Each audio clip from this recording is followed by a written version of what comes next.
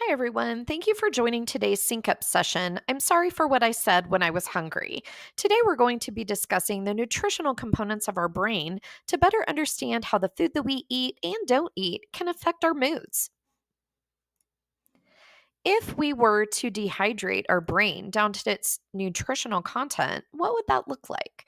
Other than probably a dried up raisin, our brain is made up of nutritional components. These are fats, proteins, amino acids, glucose, and micronutrients, all of which can affect our mood and our performance. Now, of course, the brain is more than the sum of its nutritional parts, but each component has a distinct impact on functioning, development, mood, and energy. Have you ever experienced that post lunch confusion or that you can't seem to connect the dots the same as you did just earlier this morning? Or maybe you're just feeling a little bit grumpy.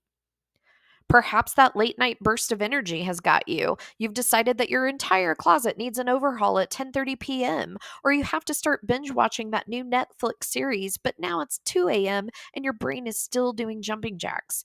This could potentially be the effects of the food that you ate earlier on your brain.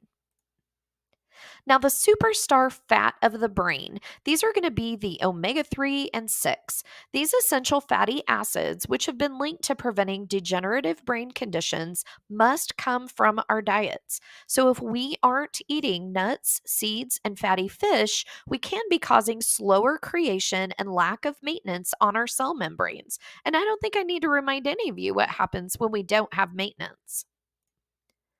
Now, while eating omega fats are good for you, long term consumption of other fats, such as trans fats and saturated fats, these may compromise your brain health.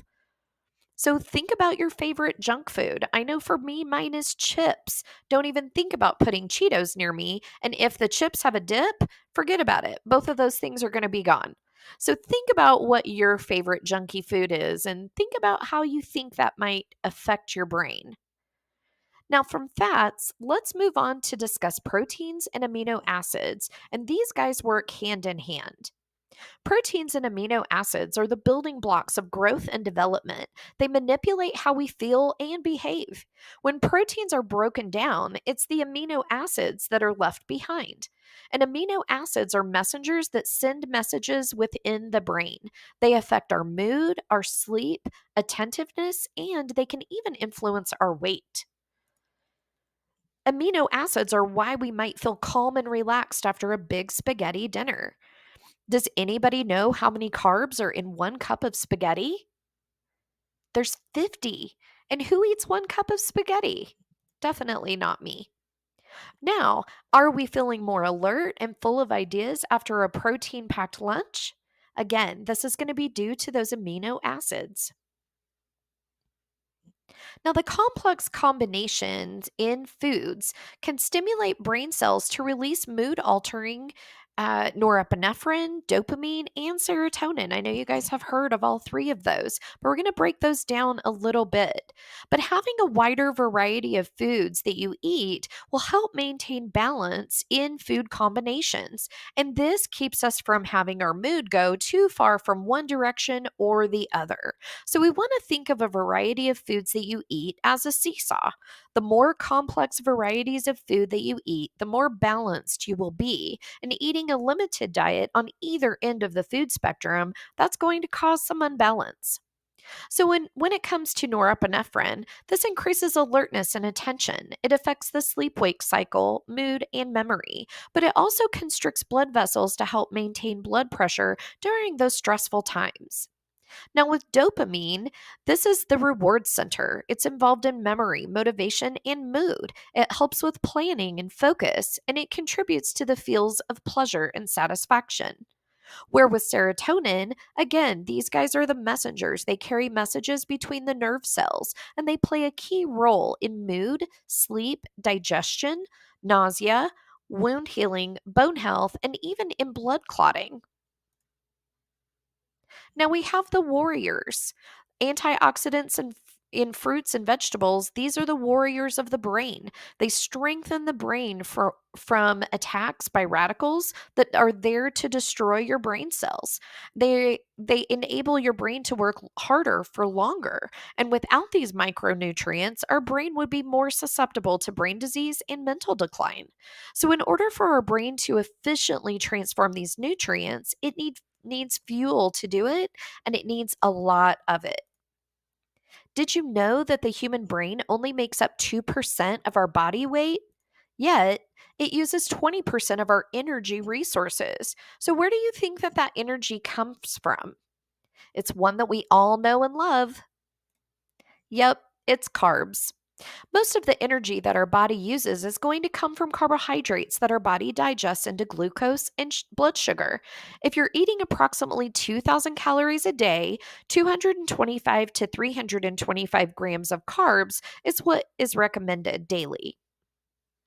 Now, the frontal lobes of our brain are so sensitive to drops in glucose that a change in mental function is actually one of the primary signals of a nutrient deficiency. Now, assuming that we're getting glucose on a regular basis, how do the types of carbs that we eat affect our brain? We have starch, sugar, and fiber. And the amount of sugar and fiber to the whole of the effect, this is going to affect how our body and our brain respond. Now, a high glycemic food like white bread, this causes a rapid release of glucose into the blood, but then comes the dip, the blood sugar shooting down, and so does our attention span and our mood. Things might seem a little more confusing or take a little longer to process, or we might be a little grumpy after we've eaten a carb heavy meal. On the other hand, oats, grains, and legumes have slower glucose release, which means a more stable level of attentiveness and likely a better mood. Now, we do have to have carbs, and there are some good carbs out there for us.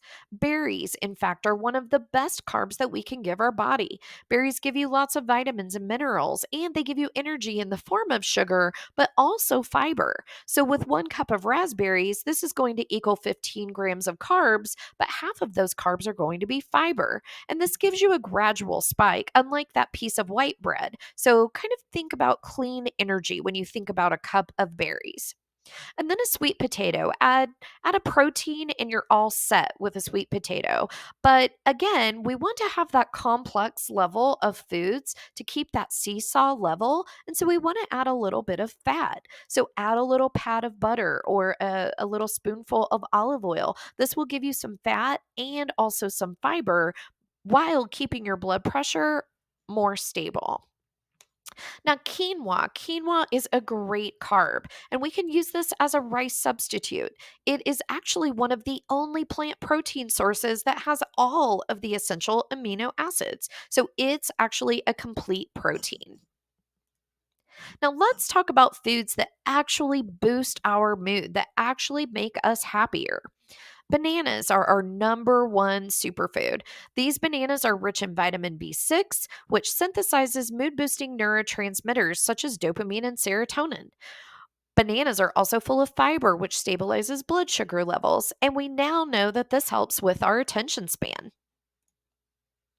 Dark chocolate. Who doesn't love dark chocolate? Chocolate contains chemicals that are known to reduce stress and improve our mood. It also has flavonoids that increase the blood flow to the brain and augments brain health and supports mood regulations. Feeling a little bit off during the day?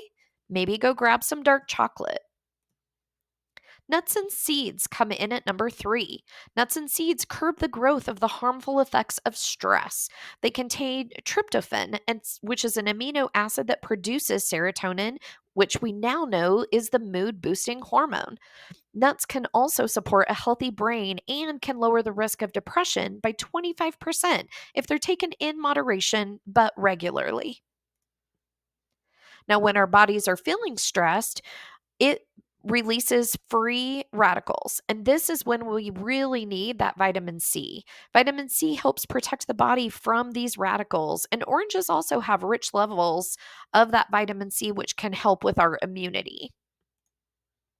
Green vegetables have a lot to offer us. So, greens like broccoli contain folic acid and vitamin B, which provides relief from stress. People with depression and anxiety may also be asked to consume more broccoli. Green vegetables are high in potassium, and these are great for calming our nerves. Fish is rich in vitamin B12 and omega fatty acids and protein. Vitamin B12 helps in the synthesis of serotonin and dopamine. Now, salmon and tuna specifically are very rich in two types of the omega 3s, which are known for lowering levels of depression. An adult should get approximately 250 to 500 grams of these omega 3s to have a healthier brain. And remember, omega 3 fatty acids, those are not created within our body, so we must feed these to our body. Now, let's play a little game of this or that. What would be better to feed our bodies for lunch? A hot dog with a bun and some fries, or a whole grain toast with eggs and tomatoes? Which would you choose? That's right. We would choose the whole grain toast for the fiber. We've got our eggs as our protein, and then we've got our bright and vibrant colored tomatoes. We are going to feel so much better as our body processes this whole grain toast than we would if we were to eat the hot dog and fries. Now, what about these choices? This one's a little trickier. Would you choose grilled fish with asparagus or the grilled chicken wings? That's right. We should go with the baked fish and asparagus. Not that chicken wings are a bad choice. What do you think the issue is with the chicken wings? That's right. It's the sauce. The sauce has tons of sugar and additives that we aren't aware of. So, if you were to opt for some naked grilled chicken wings, that would be completely acceptable and probably just as healthy for you as the fish, other than the fact that you're not getting those additional omega 3s and 6s. Now, what about this one? This one might be a little bit harder. We have a bento box and we have a chicken Caesar salad. Which do you think would be the better choice? That's right. It would be the bento box. There would be hidden sugars and fats and calories in the dressing for the Caesar salad. Where with the bento box, you can see we've got a little bit of fish, we've got some shrimp, we have the green leafy veggie with the broccoli, we've got the bright, vibrant tomatoes, and we've got some fruit. So we'll get a little bit of energy from that sugar, but it'll come on low and slow, and we're not going to get that rapid drop from having the wrong lunch. If we know what foods trigger a mood crash, loss of attentiveness, and brain power, could this affect our performance and our safety at work? And if we know what foods boost our mood, increase cognitive function, and give us energy, could this affect our performance and our safety at work? If we know that there are certain fats and antioxidants that we can only get from certain foods, could not eating these foods affect our brain, our performance, and our safety? We'd not be giving our brains something that they desperately need. So I think absolutely it could. Making good nutritional choices during the day will help our brain and our bodies to function in harmony and remain balanced. Skipping meals or eating the wrong meals is just simply a recipe that we want to avoid. So, with that, we wish you all happy snacking. We want you to go out and make great choices and help your teammates as well. Maybe inform them of this information if they missed today's class and help your teammates stay on that right track as well. It will improve your performance, your attention span, and your overall mood.